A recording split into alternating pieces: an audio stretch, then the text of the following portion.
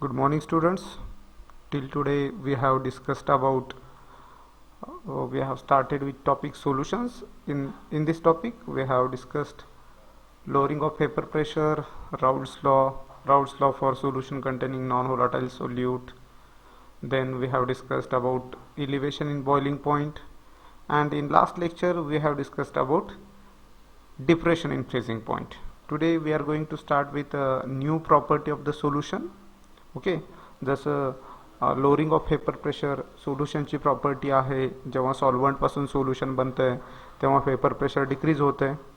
तसंच सॉल्व्हंटपासून सोल्युशन बनवल्यानंतर boiling point increase होतो आहे.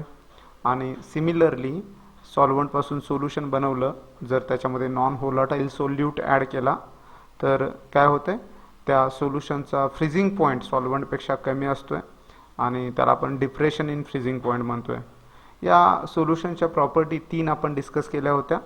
Today we are going to start with 4th property, last property in this topic. Okay, this property is osmotic pressure. म्हणजे आजच्या लेक्चरमध्ये आपण काय डिस्कस करणार आहे, ऑस्मोटिक प्रेशर एक्झॅक्टली काय आहे.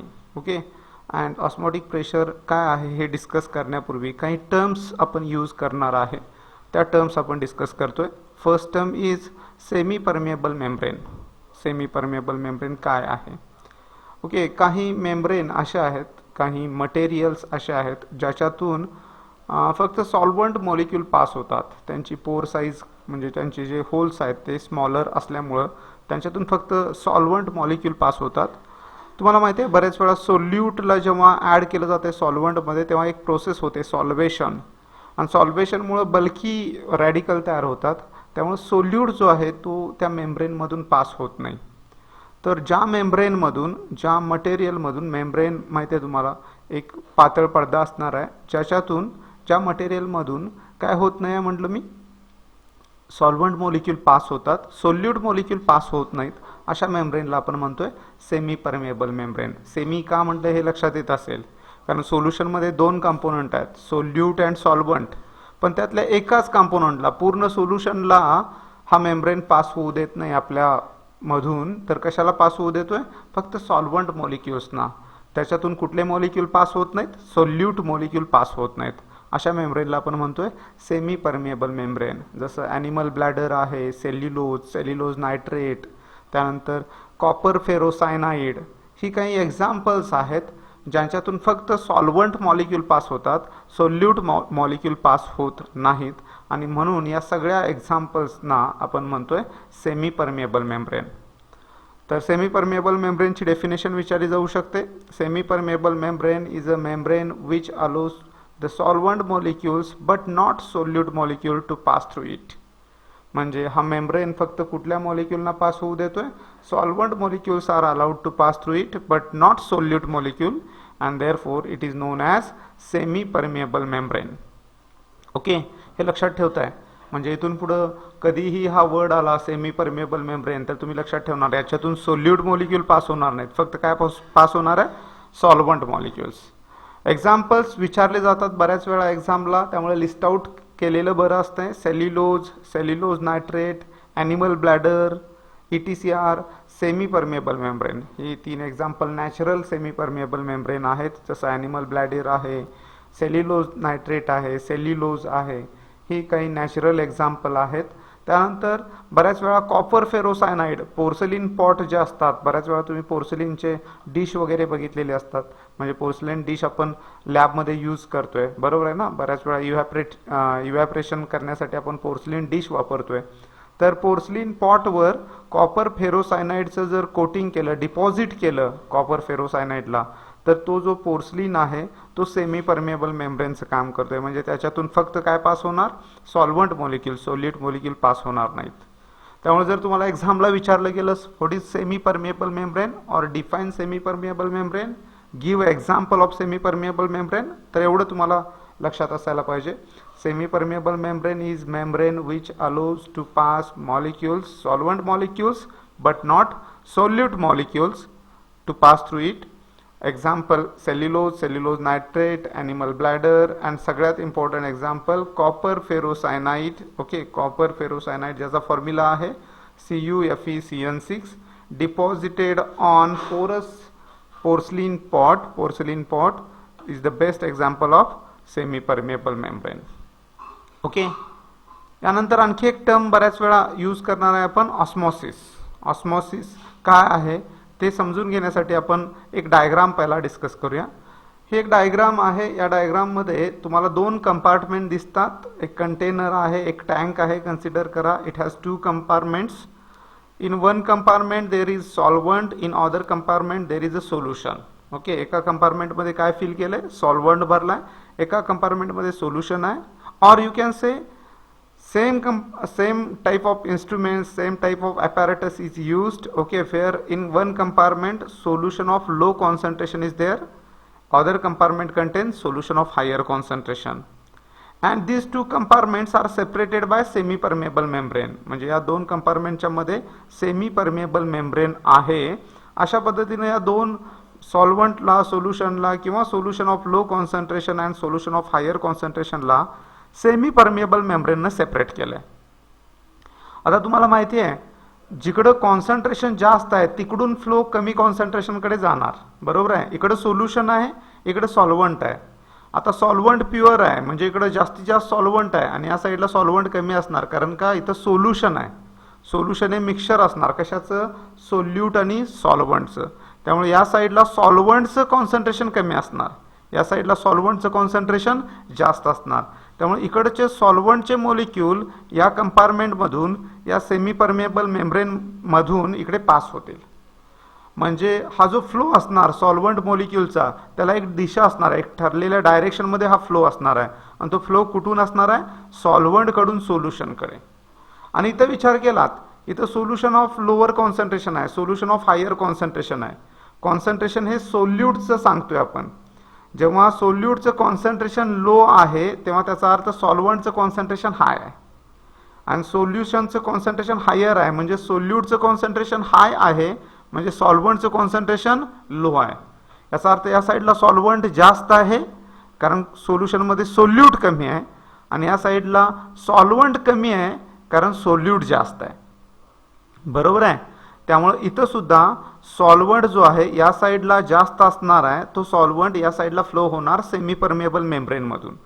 ओके, म्हणजे सॉल्वंटचा फ्लो तुम्हाला बघायला मिळतोय, स्पॉन्टेनियसली सॉल्वंट फ्लो होत असणार आहे. कुणीकडून कुणीकडे, सॉल्वंट कडून सोल्युशन कडे, किंवा solution of lower concentration to solution of higher concentration.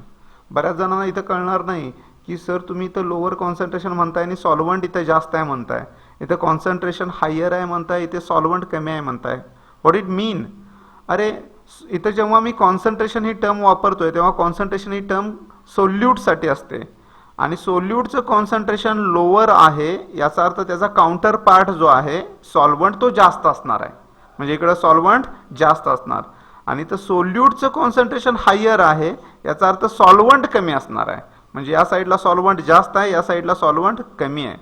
आणि त्यामुळे जिकडे सॉल्वंट जास्त आहे तिकडून तो कमी असलेल्या डायरेक्शनमध्ये जाणार. बरोबर आहे.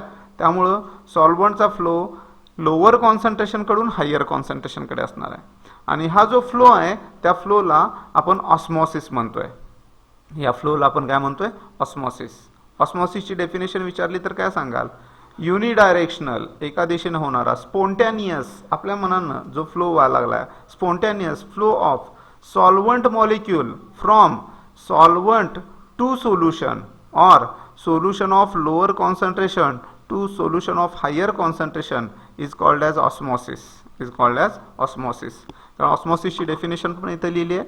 The spontaneous and unidirectional flow of solvent molecules through semi-permeable membrane from solvent to solution, or flow of solvent from solution of lower concentration to solution of higher concentration through a semi-permeable membrane is called as osmosis. जे मी सांगितलं तुम्हाला, spontaneous आणि unidirectional flow आहे. कोण flow व्हायलाय, solvent. Solute flow व्हायला लागलाय का, नाही. Why solute is not flowing?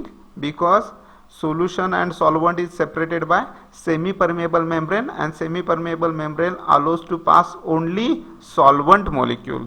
Therefore, solvent molecules are flowing from solvent to solution, or solution of lower concentration to solution of higher concentration, and this transfer takes place through semi-permeable membrane, and this overall process is known as osmosis. या प्रोसेसला आपण काय म्हणतोय, osmosis असं म्हणतोय. ही diagram ऑस्मॉसिसला explain करते. सॉल्व्हंट फ्लो व्हायला लागलाय सोल्युशनच्या डायरेक्शनमध्ये. सॉल्व्हंट आणि सोल्युशनला सेपरेट करण्यासाठी सेमी परमिएबल मेम्ब्रेन यूज केलाय. इथं solution of lower concentration fill केलंय, solution of higher concentration fill केलंय. Lower concentration of solution contain more solvent, higher concentration of solution contain less solvent, so solvent flow from solution of low concentration to solution of high concentration through semi permeable membrane, and this process is known as osmosis. या प्रोसेसला काय म्हणतोय आपण, osmosis.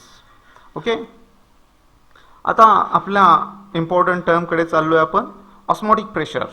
आता या केसमध्ये osmotic pressure काय आहे? मग जर हा फ्लो स्टॉप करायचा झाला तर तुम्हाला माहिती आहे इकडून फ्लो व्हायला लागला सॉल्व्हंटचा तर इकडे लेवल वाढत जाणार, कारण का सॉल्व्हंट या साईडला यायला लागलाय म्हणजे हे भरत जाणार, हे कमी होत येणार आणि इकडं हाईट वाढणार, बरोबर आहे का? सेम वे इकडून इकडं हाईट वाढणार.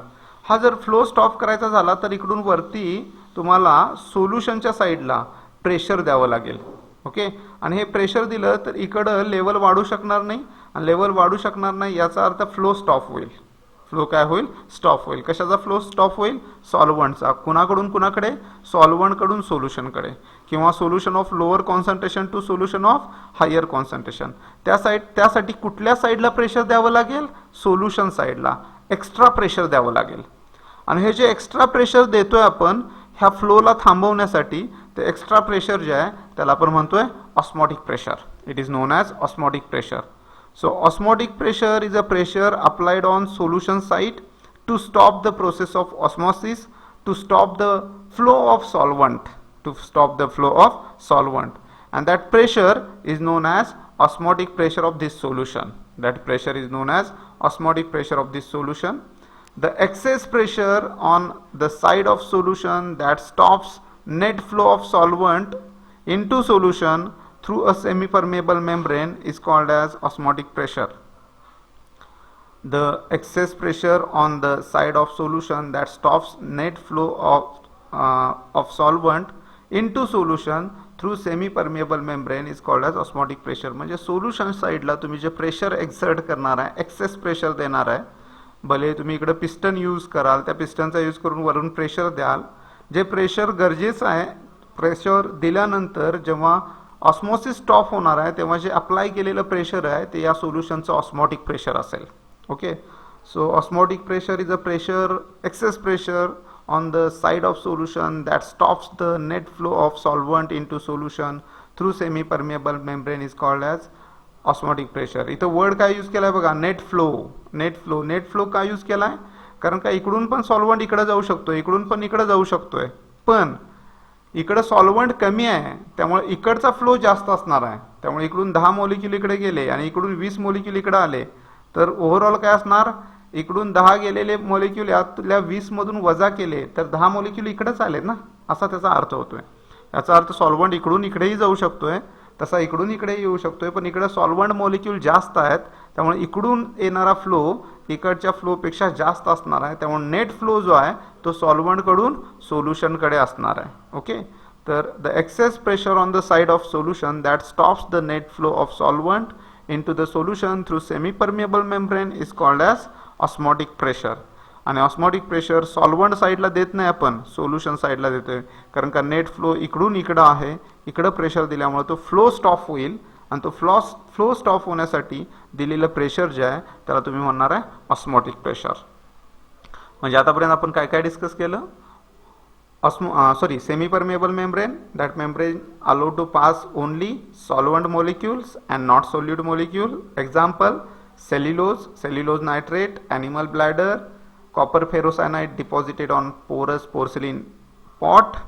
Osmosis, spontaneous and unidirectional flow of solvent molecule through semi-permeable membrane from solvent to solution, or flow of solvent from solution of lower concentration to solution of higher concentration through semi-permeable membrane is called as osmosis. Diagram represent करते. Net flow solvent कडून solution कडे आहे. Net flow solution of lower concentration to solution of higher concentration आहे. सॉल्व्हंटचा flow आहे. Semi permeable membrane मधून solvent इकडून इकडे चाललाय और इकडून इकडे चाललाय. ओके, सॉल्व्हंट टू सोल्युशन और solution of lower concentration to solution of higher concentration.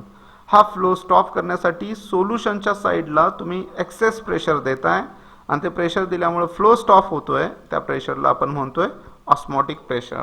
So तुम्हाला ही डेफिनेशन बऱ्याच वेळा विचारली जाते. Define osmotic pressure, the excess pressure on the side of solution that stops net flow of solvent molecule into solution through semi-permeable membrane is called as osmotic pressure.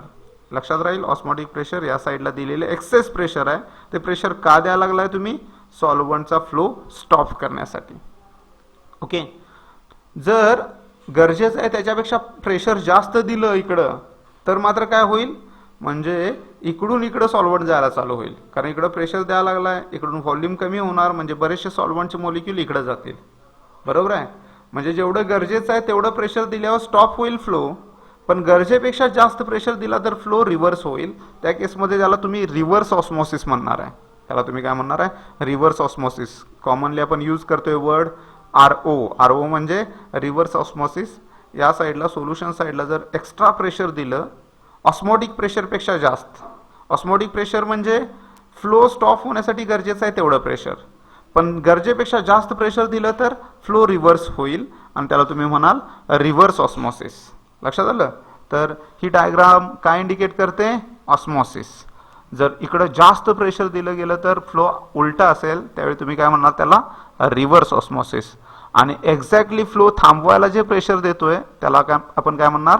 Osmotic pressure.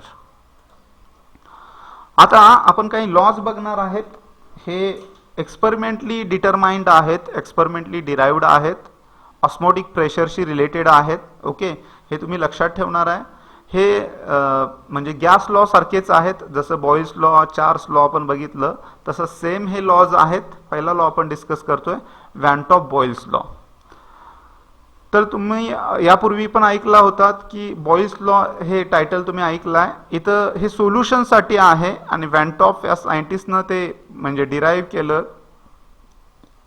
Experimental evidences दिले म्हणून त्याच्यावरून त्याचं नाव आलं van top Boyle's law. Okay, हा काय state करतोय की जे ऑस्मोटिक प्रेशर आहे सोल्युशनचं ते कॉन्सन्ट्रेशनला डायरेक्टली प्रपोर्शनल असते.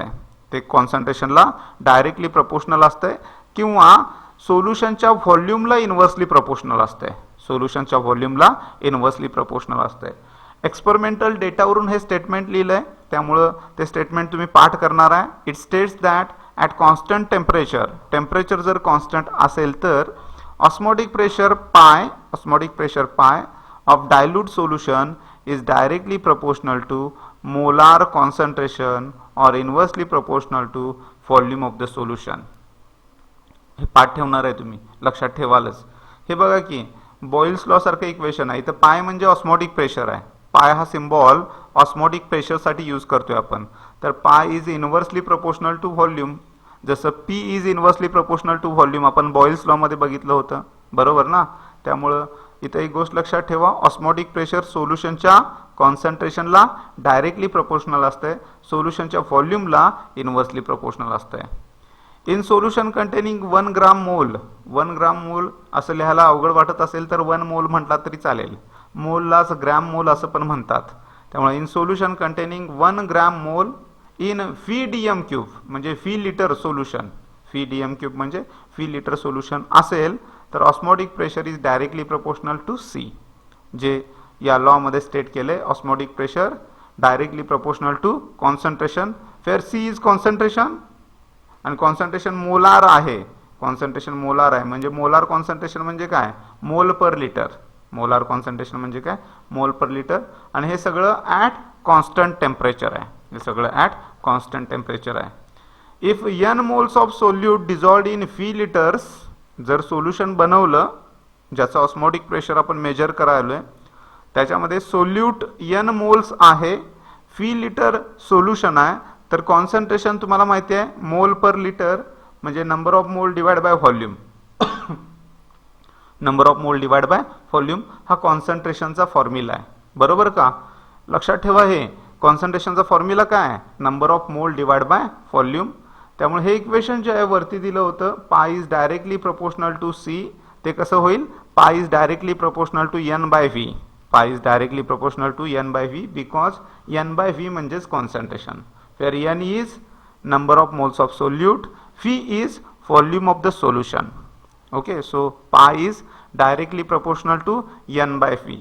or हे n जर 1 मोल असेल, सोल्युशन जेव्हा बनवलं तेव्हा 1 मोल असेल इथं, तर काय बनेल? Pi is inversely proportional to volume. Pi is inversely proportional to volume असं इक्वेशन बनेल. त्यामुळे इथं पण म्हटलंय बघा, जे ऑस्मोटिक प्रेशर आहे, osmotic pressure of the solution is directly proportional to concentration and inversely proportional to volume of the solution म्हटलंय. त्यामुळे इक्वेशन बनेल pi is directly proportional to C, कारण सी म्हणजे कॉन्सन्ट्रेशन आहे, पण कॉन्सन्ट्रेशन एन बाय व्ही आहे, त्यामुळे pi is directly proportional to n by V. मात्र इथे जर 1 मोल असेल सोल्यूटचा, 1 मोल असेल सोल्यूटचा, तर pi is directly proportional to, pi is inversely proportional to volume म्हणू शकतोय आपण.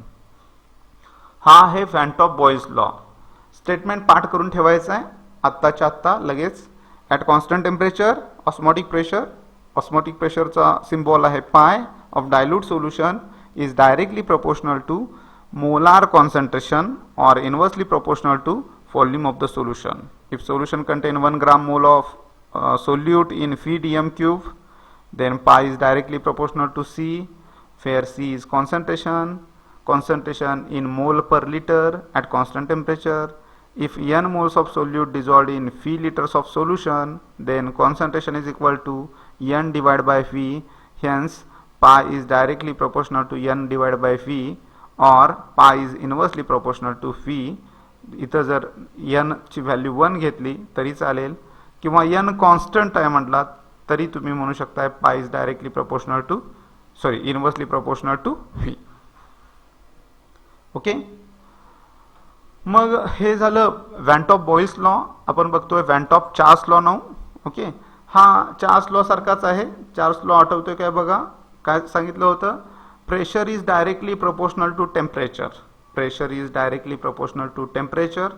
इथं ऑस्मोटिक प्रेशर म्हणायला लागेल तुम्हाला. इथं काय म्हणायला लागेल? Osmotic pressure. सोल्युशनचं ऑस्मोटिक प्रेशर टेम्परेचरला, आणि टेम्परेचर केल्विनमध्ये मोजतोय आपण, त्यामुळे केल्विनमध्ये जे टेम्परेचर मोजतोय त्याला आपण म्हणतोय अब्सोल्यूट टेम्परेचर. त्याला आपण काय म्हणतोय?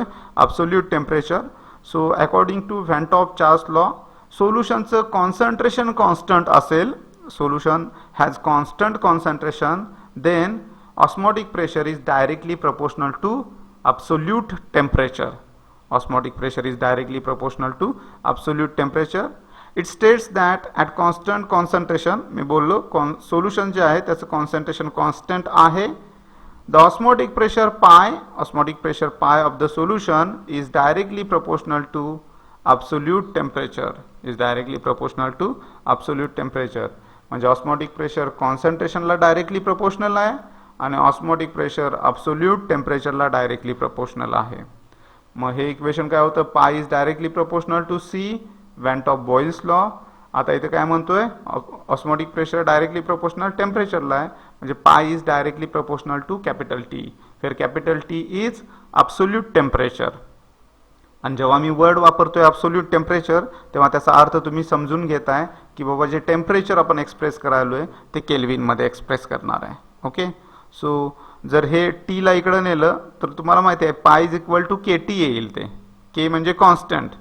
टीला पलीकडे नेलं तर pi divide by T is equal to K. K म्हणजे काय? कॉन्स्टंट. त्यामुळे हे इक्वेशन असं पण लिहिता येईल, pi divide by T is equal to constant. हेच इक्वेशन जे आहे ना, pi is directly proportional to T, त्याला जसं लिहिता येईल pi divide by T is equal to constant.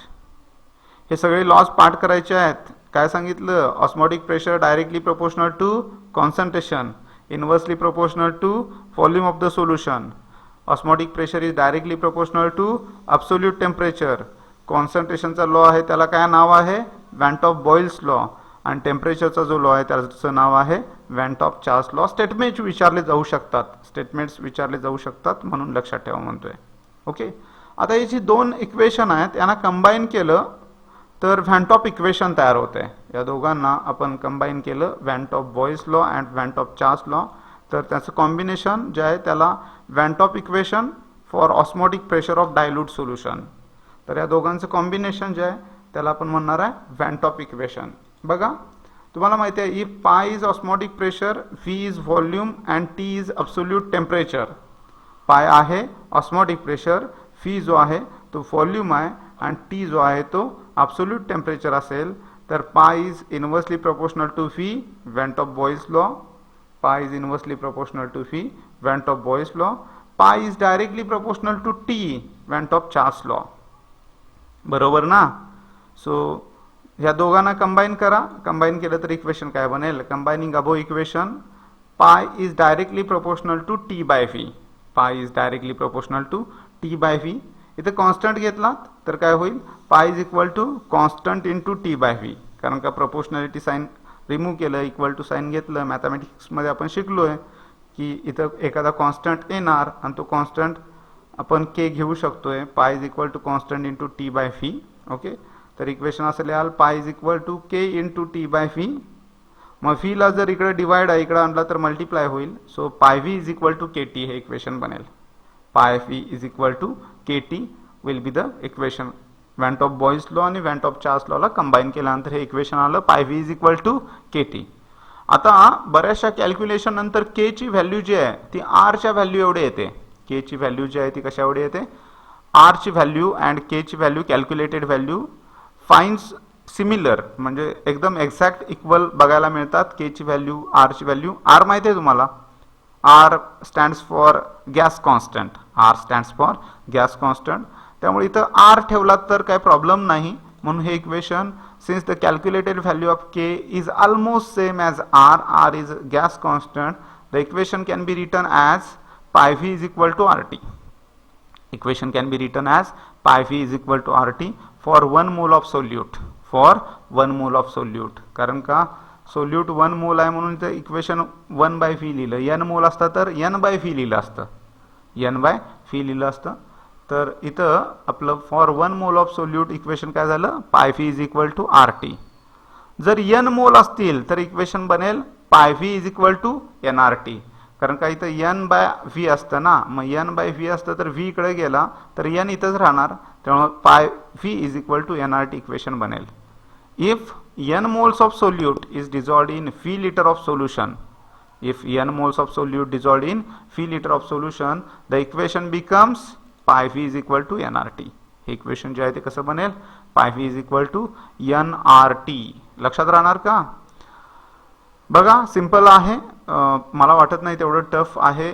n number of moles आहेत. मी तुम्हाला सांगितलं इथं 1 घेतलं होतं त्यामुळं 1 बाय व्ही आलं होतं इक्वेशन. जर n मोल्स असतील तर n बाय व्ही बनेल आणि त्यामुळे n बाय व्ही होणार, तर इथं n येणार ना इथं परत. त्यामुळे हे इक्वेशन काय बनेल? Pi V is equal to N R T. It is known as general solution equation. हे जे इक्वेशन बनलंय pi V is equal to N R T, याला आपण काय म्हणतोय? General solution equation. मजेची गोष्ट काय, हे इक्वेशन सेम आहे ना आयडियल गॅस इक्वेशन सारखं. हे इक्वेशन सेम आहे आयडियल गॅस इक्वेशन साठी जे आहे तसं, फक्त पायच्या जागी पी होता तिथं. P V is equal to N R T. त्यामुळे तुम्हाला हे लक्षात ठेवायला अवघड जाणारच नाही आहे. Okay, P V is equal to N R T टाईपचं इक्वेशन आहे. Pi V is equal to N R T. जर व्ही ला पलीकडे नेलं तर pi is equal to N R T divide by V. इथं व्ही माहिती आहे ना तुम्हाला, व्ही व्हॉल्यूम आहे, तो पलीकडे नेला तर pi is equal to N R T divide by V असं इक्वेशन बनेल. पण n divide by V, n म्हणजे number of moles of solute, V म्हणजे व्हॉल्यूम ऑफ सोल्युशन, तर n डिवाइड बाय व्ही म्हणजे काय येणार? Concentration. n divide by V काय येणार आहे? कॉन्सन्ट्रेशन. मागे पण आपण एकदा हे घेतलंय, कॉन्सन्ट्रेशन म्हणजे number of mole of solute divide by volume. त्यामुळे n डिवाइड बाय व्हीच्या जागी सी ठेवू शकतोय. n डिवाइड बाय व्हीच्या जागी आपण काय ठेवू शकतोय? सी. त्यामुळे pi is equal to C R T equation बनेल. Pi is equal to C R T.